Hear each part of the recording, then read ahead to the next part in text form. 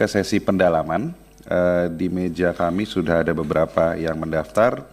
Kami berikan kesempatan terlebih dahulu Ibu Irma Suryani dari fraksi Nasdem dan disusul standby Ibu Kurniasih dari PKS. Silakan Bu Irma. Bismillahirrahmanirrahim. Assalamualaikum warahmatullahi wabarakatuh. Pimpinan Komisi 9 yang saya hormati, kawan-kawan Komisi 9 yang saya cintai dan banggakan, Pak Menteri Kesehatan berikut jajaran, BPJS Kesehatan dan berikut jajaran, DJSN dan berikut jajaran, Dewas juga dan berikut jajaran semua. Yang pertama, saya sebetulnya ingin mengapresiasi apa yang sudah dilakukan BPJS Kesehatan untuk bangsa dan negara ini. Karena BPJS Kesehatan di periode ini terus terang jauh sekali lebih baik dari BPJS sebelumnya. Banyak terobosan-terobosan yang sudah dilakukan yang kemudian mempermudah akses pelayanan kepada masyarakat. Itu sudah kita bisa lihat bersama. Dan yang kedua, BPJS fungsinya kan sebagai juru bayar, tetapi yang harus diingat oleh BPJS dan Dewas ya, bahwa akuntabilitas ya, fraud yang dilakukan oleh rumah sakit itu perlu segera ditindaklanjuti dan dikawal sampai ke proses pengadilan. Karena kalau tidak dikawal, ini bisa banyak hengki-pengkinya nih, nggak selesai. Ya, sama seperti ketika misalnya BP POM menangkap orang-orang yang sudah melakukan kesalahan di ya jualannya nggak bener lah gitu ya, kemudian digerebek dan ditangkap, diserahkan ke pihak yang berwajib, tapi ya seperti yang kita tahu bersama ya, dendanya hanya 100.000, hukumannya cuma 1 bulan. Nah ini yang seperti ini juga harus dikawal oleh BPJS dan Dewan Pengawas BPJS. Yang ketiga, saya ingin menyampaikan juga terkait dengan kepesertaan. BPJS harus jemput bola, bicara dengan Pemda. Ya, dulu kan ada Jamkesda, Jamkesmas. Nah, tolong bicara dengan Pemda, mereka juga harus bisa memberikan bantuan iuran untuk peserta BPJS di daerah, sama seperti ketika mereka misalnya mengeluarkan anggaran untuk Jamkesda, Jamkesmas. Nah ini yang saya lihat masih belum terlalu maksimal dilakukan oleh BPJS di daerah. Kalau misalnya BPJS cabang tidak mampu melakukan itu, bernegosiasi dengan Pemda, maka direkturnya turunlah, ya, lakukan negosiasi dengan bupati, wali kota dan gubernurnya, supaya kepesertaan BPJS ini betul-betul bisa maksimal. Kemudian yang terakhir saya mau bilang soal BPJS nih ya, side effect kris. Side effect kris ini luar biasa loh, jangan salah, ini akan menggerus pendapatan BPJS Kesehatan. Nanti saya akan bicara soal Pak Menteri dengan Pak Menteri Kesehatan juga nih soal side effect ini, juga dengan DJSN. Ya, kenapa? Kita sama-sama tahu bagaimana tarif yang sekarang saja, ya, yang sekarang saja itu banyak yang tidak aktif, yang sebagaimana yang disampaikan oleh Dewas BPJS Kesehatan, banyak yang tidak aktif. Apalagi nanti ketika kris dilaksanakan dengan satu tarif, pasti akan ada kenaikan tarif. Tadi juga DJSN sudah menyampaikan akan ada kenaikan tarif di 2025, bahkan sudah dipersiapkan ya. Regulasinya. Artinya akan ada kenaikan tarif. Nah, apakah ini tidak akan membebani masyarakat lagi? Yang perlu dilakukan oleh pemerintah sebenarnya memperbaiki tata kelola agar akses pelayanan kesehatan masyarakat itu bisa maksimal diterima oleh rakyat. Bukan sekedar menaikkan iuran tapi pelayanannya tidak sempurna, tidak maksimal maksud saya. Tidak maksimal. Bisa kita lihat 3 hari orang berobat sudah dikeluarkan. Itu kaitannya dengan tarif inasi bijisnya, dengan kapitasinya. Ini kan harus dibenerin nih. Rumah sakit yang nakal, Pak Menteri Kesehatan juga nanti harus ditindak, diberikan punishment, Jangan BPJS yang disuruh melakukan tindakan ke rumah sakit pemerintah yang melakukan fraud misalnya. Ini kewajiban dari Kementerian Kesehatan. DJSN dan Menteri Kesehatan harus tahu bahwa BPJS ini adalah amanah dari konstitusi. Amanahnya apa? Gotong royong. Jadi jangan pernah bicara soal asuransi swasta. Nanti saya akan jelaskan di pertanyaan saya kepada Pak Menteri Kesehatan. Terkait dengan Menteri Kesehatan, yang pertama, untuk masalah KRIS, pelaksanaan KRIS, tadi disampaikan oleh Pak Menkes bahwa baru 50% yang divalidasi, padahal 30 Juni 2025 sudah harus dilaksanakan. Sementara perbaikan tata kelola klaim rumah sakit saja belum diberesin. Ya kan? Belum diberesin, belum ada perbaikan di tata kelolanya. Yang ketiga, dengan adanya KRIS, pasti iurannya, ini kepada Menteri Kesehatan nih, pasti iurannya naik. Bagaimana Pak Menteri mempertanggungjawabkan ya ketidakmampuan publik untuk melakukan pembayaran ketika iuran ini naik? Iuran hari ini saja banyak sekali yang masih menunggak dan belum bisa bayar. Nah, kalau dinaikkan, saya yakin kas BPJS akan jebol. Kalau kas BPJS jebol, pasti nanti defisitnya akan makin besar lagi. Terus dari mana anggarannya? Ini Pak Menteri Kesehatan harus bertanggung jawab nih soal ini. Ya, kemudian yang keempat, dinyatakan di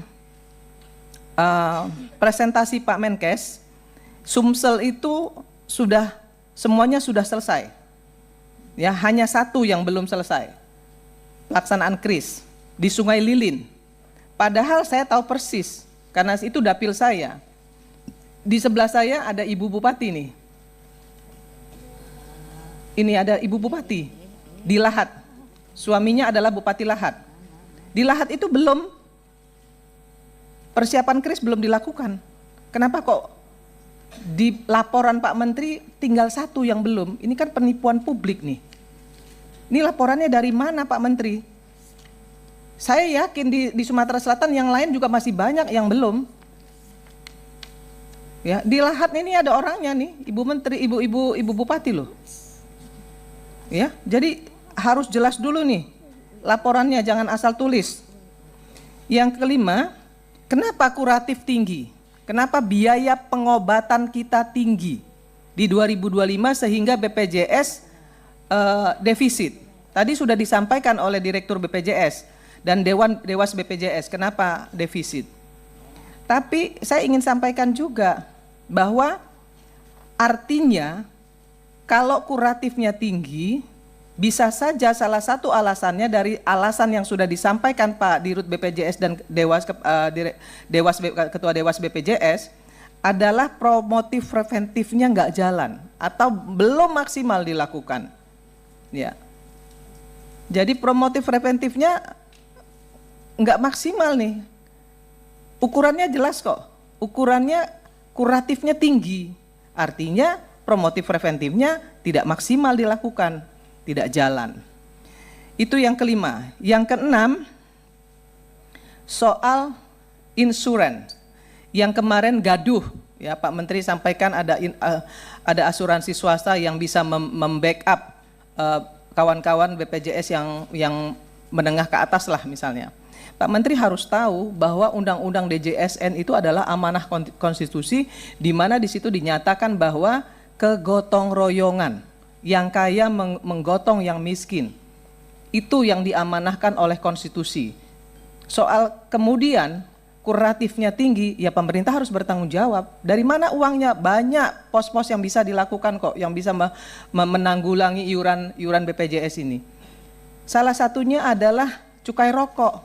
Cukai rokok itu kan bukan pajak, tapi adalah anggaran dana kesakitan masyarakat akibat rokok. Nah, itu bisa di split ya, bisa dialokasikan untuk membantu anggaran BPJS Kesehatan. Nah, kenapa harus misalnya minta anggaran yang lain-lain? Anggaran dari cukai rokok itu bisa disampaikan kepada pemerintah, itu bisa digunakan untuk menambah anggaran BPJS Kesehatan. Nah, saya curiga, mohon maaf nih, ya saya curiga BPJS Kesehatan hari ini sudah membuka ruang, atau Kementerian Kesehatan sudah membuka ruang, pemerintah sudah membuka ruang dengan adanya kenaikan kelas, ya. Selisih kenaikan kelas itu bisa dibayar oleh masyarakat. Dari kelas 3 bisa naik ke kelas 2, dia bisa bayar selisih. Dari kelas 2 ke kelas 3 dia bisa bayar selisih. Nah, saya curiga dengan adanya asuransi swasta ini yang akan dilakukan adalah urun medis. Ya, urun medis nih. Jadi obat-obatan, alat-alat kesehatan yang digunakan untuk pasien BPJS ini nanti diminta urun. Masyarakat diminta urun nih. Ya, sama seperti urun iuran kenaikan kelas.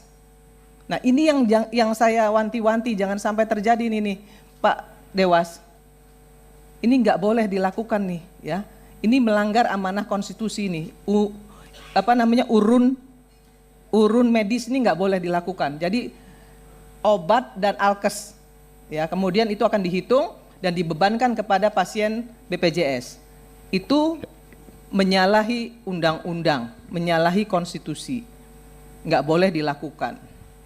Maka saya selalu mengatakan tolong dulu baca undang-undangnya, baca konstitusinya, baru kemudian sampaikan ke publik supaya publik tidak gaduh.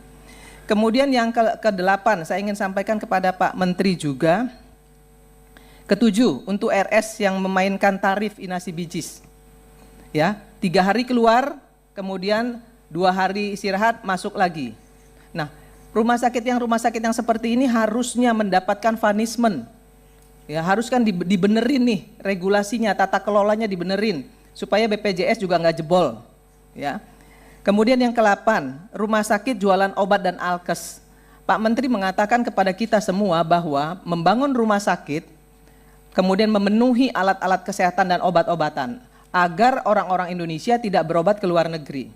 Tapi Pak Menteri tahu nggak sih, rumah sakit sekarang ini banyak jualan obat dan jualan alkes.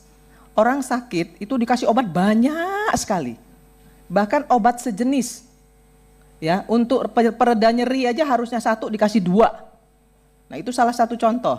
Kemudian setiap kali kita rawat inap itu harus juga periksa darah lengkap, padahal sakitnya nggak perlu harusnya itu, mungkin harus kolesterol dan yang lain-lain lah ya, 2, 3, 4 item, tapi seluruhnya diminta untuk dilakukan tes darah lengkap. Itu juga menghabiskan biaya. Bu Irma, kemudian kalau dipersingkat. Enggak, satu lagi, Pak. Ini perlu penting saya sampaikan, Pak. Makanya yang selanjutnya penjualan alat-alat kesehatan loh, Pak. Yang harusnya nggak operasi harus operasi. Kan ini juga harus diberesin dengan Menteri Kesehatan. Nggak boleh seperti ini. Artinya tata kelola rumah sakit juga harus dibenerin. Kalau nggak mau BPJS Kesehatan jebol, nggak mau orang Indonesia berobat ke luar negeri. Saya kira ini yang bisa saya sampaikan kepada Pak Menteri. Satu lagi terakhir ini ya, side effect check up gratis. Kan check up gratis ini untuk yang ulang tahun. Tapi apakah Pak Menteri sudah menyiapkan anggaran untuk side effect-nya? Kalau kemudian diketahui masyarakat ini mengidap penyakit A, B, C, dan D, dan ada tindak lanjut dari pengobatan, anggarannya sudah disiapkan atau belum? Itu saja pertanyaan saya, dan mudah-mudahan Pak Menteri Kesehatan, DJSN, BPJS Kesehatan, dan Dewas memahami apa yang saya sampaikan dan kemudian tindak lanjuti, agar tidak sampai terjadi defisit anggaran di BPJS Kesehatan maupun pelayanan akses kesehatan oleh masyarakat menjadi berkurang karena persoalan kris yang belum selesai ini. Saya kira itu yang bisa saya sampaikan. Saya tutup dengan wallahul muwaffiq ila aqwamit thoriq. Assalamualaikum warahmatullahi wabarakatuh. Salam. Terima kasih Bu Irma. Selanjutnya Ibu Kurniasih dan standby Ibu Neti. Baik, terima kasih banyak Ketua, Pimpinan, dan anggota Komisi 9 DPR RI, Pak Menteri, beserta jajaran, pimpinan